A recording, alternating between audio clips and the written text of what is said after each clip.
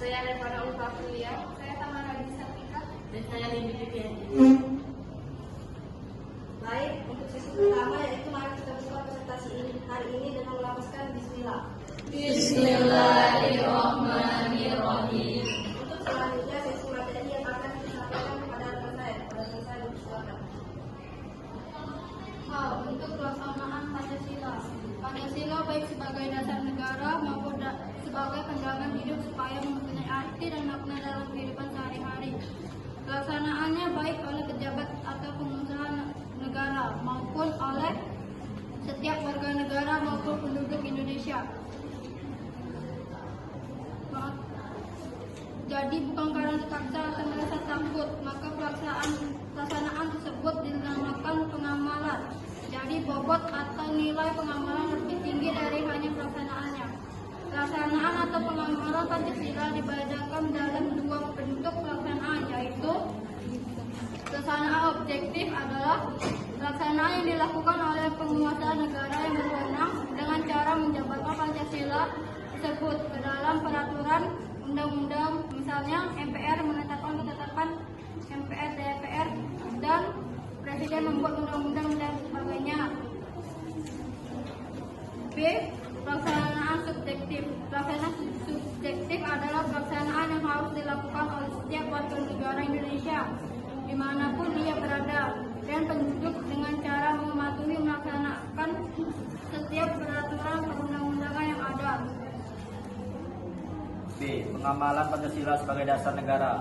Pengamalan Pancasila berarti pelaksanaan Pancasila dalam wujud tingkah laku, tindak tanduk, atau perbuatan-perbuatan yang nyata. Dasar negara berarti peraturan-peraturan pokok yang digunakan sebagai landasan untuk mengatur kehidupan negara.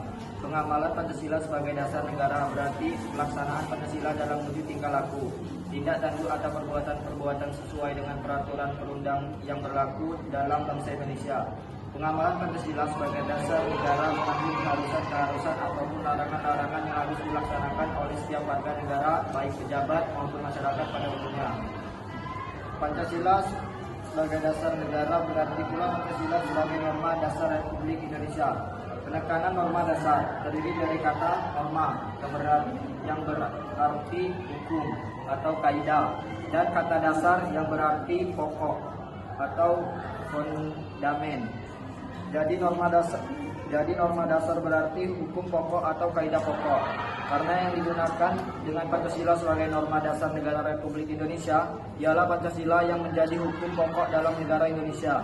Artinya, semua peraturan perundang-undangan yang berlaku dalam negara Indonesia bersumber dari Pancasila dan sah.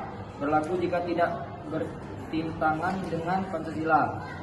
Sebagai dasar negara, pengamalan Pancasila pada hakikatnya adalah jabaran nilai-nilai Pancasila di dalam berbagai ketentuan negara, guna peraturan pelaksanaan berbagai macam pola dan bidang kehidupan agar benar-benar sesuai dan dijiwai oleh nilai-nilai Pancasila, yaitu Pertama,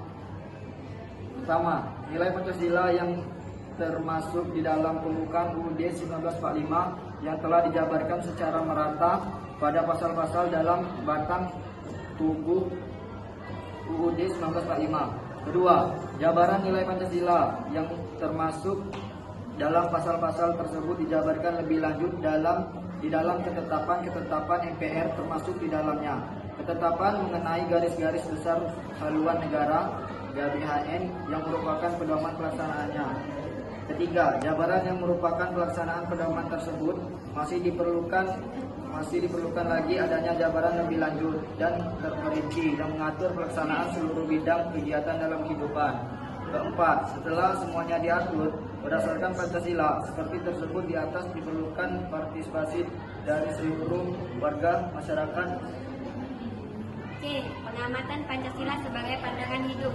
Mengingat bahwa Pancasila di samping dilihat sebagai dasar negara juga merupakan pandangan hidup bangsa Indonesia yang berarti digunakan sebagai pedoman hidup dalam kehidupan sehari-hari. Maka tolak penghayatan Pancasila ialah kemauan dan kemampuan manusia Indonesia dalam mengendalikan diri dan kepentingannya agar dapat melaksanakan kewajiban sebagai warga negara dan warga masyarakat. Dengan kesadaran dan pangkal tolak yang demikian tadi, maka sikap kehidupan manusia Pancasila adalah: 1. Kepentingan pribadinya tetap diletakkan dalam kesadaran kewajiban sebagai makhluk sosial dalam kehidupan bermasyarakat. 2. Kewajibannya terhadap masyarakat dirasakan lebih besar dari kepentingan pribadinya. Karena merupakan pengamatan Pancasila, maka dalam wujud sikap hidup tadi manusia dituntut oleh kelima Pancasila, yaitu oleh rasa ketuhanan yang Maha Esa, rasa perikemanusiaan yang adil dan beradab, oleh kesadaran dan mengkokoh persatuan Indonesia, oleh sikap yang menjunjung tinggi kerakyatan yang dipimpin oleh hikmat kebijaksanaan dalam permusyawaratan perwakilan, dan untuk mewujudkan keadilan sosial bagi seluruh rakyat Indonesia. Dan untuk merasakan kehidupan yang lebih baik, itulah tujuan akhir dari pembangunan bangsa dan negara bangsa Indonesia. Sama halnya dengan bangsa lain, bangsa Indonesia juga terdiri dari kelompok-kelompok masyarakat besar dan kecil. Setiap kelompok masyarakat dari keluarga-keluarga, dan setiap keluarga terdiri pribadi-pribadi. Karena itu, bangun bangsa Indonesia berdasarkan Pancasila berarti membangun manusia-manusia Pancasila. D. Pengamalan Pancasila sebagai paradigma pembangunan. 1. Pengertian paradigma. Paradigma adalah suatu pedoman dasar atau pokok untuk dipakai dalam menghadapi segala aspek kehidupan dengan segala permasalahannya, untuk dipecahkan sehingga tercapai suatu tujuan. 2. Pancasila sebagai paradigma pembangunan nasional. Cita-cita bangsa Indonesia tidak mungkin tercapai tanpa bangunan, jadi hanya pembangunan sarana untuk mencapai cita-cita yang mulia yang sekaligus menjadi tujuan nasional. Selanjutnya, sebagai petunjuk untuk melakukan pembangunan, perlu adanya rambu-rambu yang harus ditaati untuk MPR sebagai penjelmaan seluruh rakyat Indonesia. Menetapkan norma-norma pembangunan itu dalam bentuk garis-garis besar haluan negara GBHN. Keseluruhan semangat arah dan garis pembangunan dilaksanakan sebagai semua pengamalan semua sila Pancasila secara selasih dan sebagai kesatuan utuh yang meliputi: A. Pengamalan sila ketuhanan yang Maha Esa. B. Pengamalan sila kemanusiaan yang adil dan beradab. C. Pengamalan sila persatuan Indonesia. D. Pengamalan sila kerakyatan yang dipimpin oleh hikmat kebijaksanaan dalam permusyawaratan dan perwakilan. C. Pengamalan sila keadilan sosial bagi seluruh rakyat Indonesia. 3. Visi dan misi.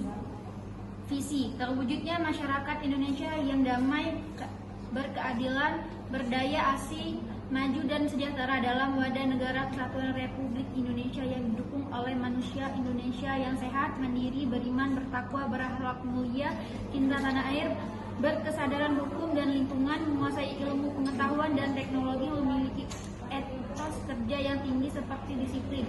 B. Misi: untuk mewujudkan misi bangsa Indonesia di masa depan. Aktualisasi Pancasila dalam aspek ekonomi. 1. Misi pembangunan ekonomi. Pembangunan ekonomi mempunyai kedudukan yang amat penting karena keberhasilan di bidang ekonomi dapat menyediakan sumber daya yang lebih luas bagi pembangunan bidang yang amat penting bagi tercapai tujuan nasional melalui pembangunan nasional sehingga terwujudnya masyarakat yang adil dan makmur, merata materi dan spiritual. 2. UUD 1945 dan pembangunan di bidang ekonomi. UUD 1945 menegaskan di dalam pembukaan bahwa salah satu tujuan nasional adalah untuk memajukan kesejahteraan umum. Namun demikian, di antara pasal-pasal tersebut yang paling pokok dan melandasi usaha pembangunan di bidang ekonomi adalah pasal 33 UUD 1945. Pasal UUD 1945 merupakan pasal yang amat penting karena pasal ini menjadi landasan dan pangkal tolak bagi pembangunan ekonomi. 3. Arah kebijakan pembangunan di bidang ekonomi. Garis-garis besar haluan negara GBHN tahun 1999 sampai 2004, yaitu ketetapan MPR No.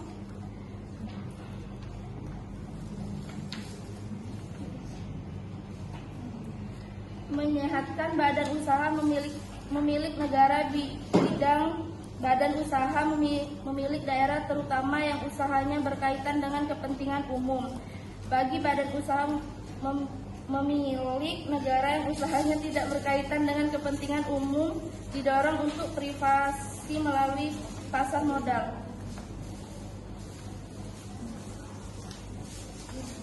F. Aktualisasi Pancasila dalam aspek hukum dan hak asasi manusia. 1. Pancasila sebagai sumber dari segala sumber hukum. Dalam kedudukannya, pembukaan Undang-Undang 1945 merupakan dasar dari segala hukum dari batang tumbuhnya. Adapun bentuk-bentuk perundang-undangan Republik Indonesia menurut Undang-Undang 1945 ialah A. Undang-Undang 1945, B. Ketetapan MPR, B. Prajurit sukarela yang berdinas untuk waktu sekurang-kurangnya 5 tahun, C. Prajurit sukarela penggal waktu disebut prajurit cadang sukarela, D. Prajurit sukarela waktu selama-lamanya 5 tahun disebut prajurit cadangan wajib. H. Pemerintah daerah. Latar belakang dibentuk pemerintah daerah. Pasal 18 UUD 1945 dengan penjelasannya yang mengatakan 1. Daerah Indonesia dibagi dalam daerah provinsi dan daerah provinsi akan dibagi dalam daerah yang lebih kecil. 2. Daerah-daerah itu bersifat otonom atau bersifat daerah administrasi belaka yang pengaturannya ditetapkan dengan undang-undang. 3. Di daerah yang bersifat otonom diadakan badan perwakilan daerah.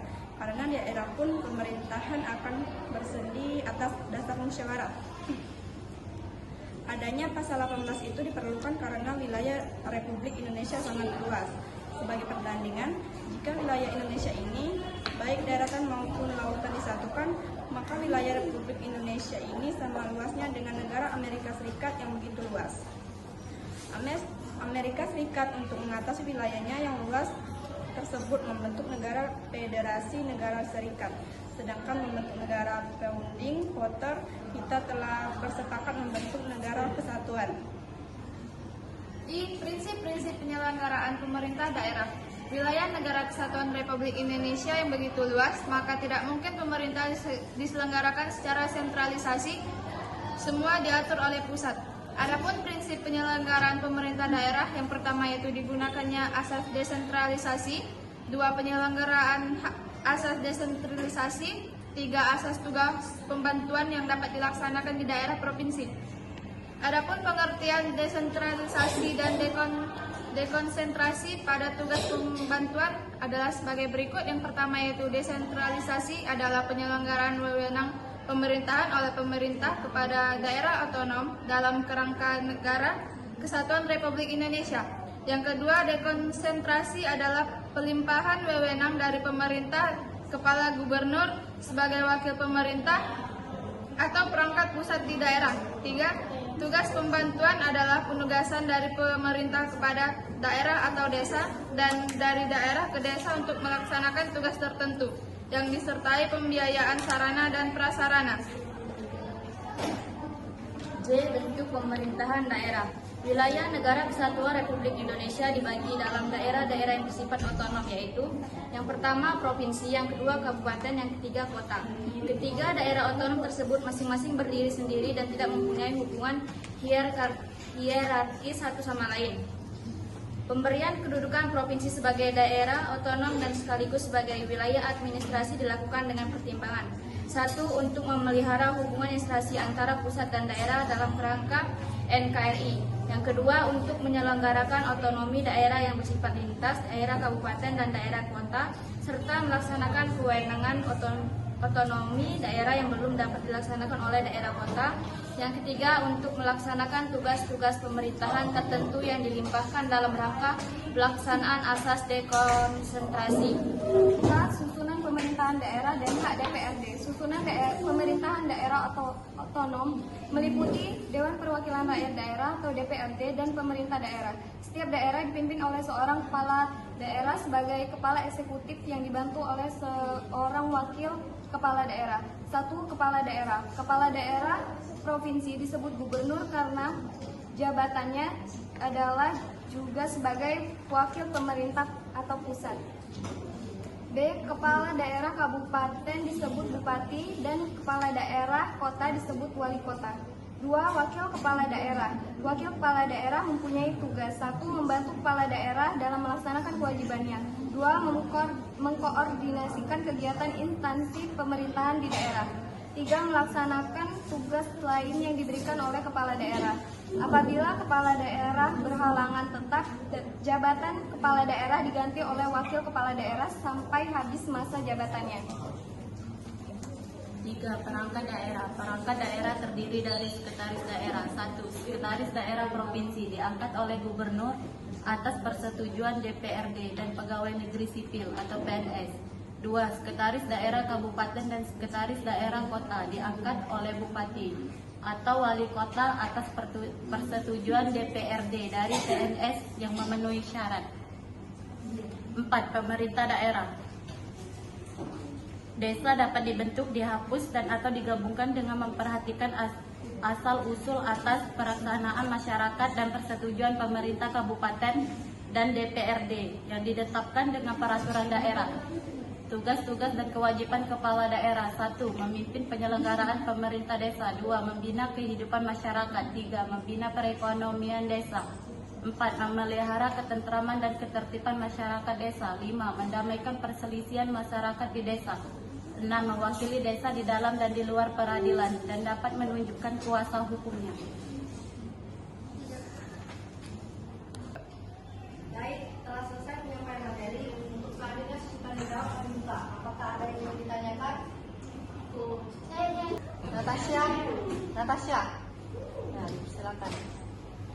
Perkenalkan, saya Natasha Putri dari kelompok 1. Ingin bertanya, mengapa paradigma pembangunan nasional harus berlandaskan Pancasila dan bukan ideologi lain? Selanjutnya, Perkenalkan, nama saya Fitria Alexi dari kelompok 3 yang saya bertanya, sebutkan apa saja fungsi Badan Perwakilan Desa. baik selanjutnya. Baiklah, saya Muhammad Andar Astubila dari kelompok 2. Saya ingin bertanya mengenai sebutkan kalimat pertama dalam Sumpah Prajurit. Baiklah, saya akan menjawab pertanyaan dari kelompok 1 yaitu Natasha.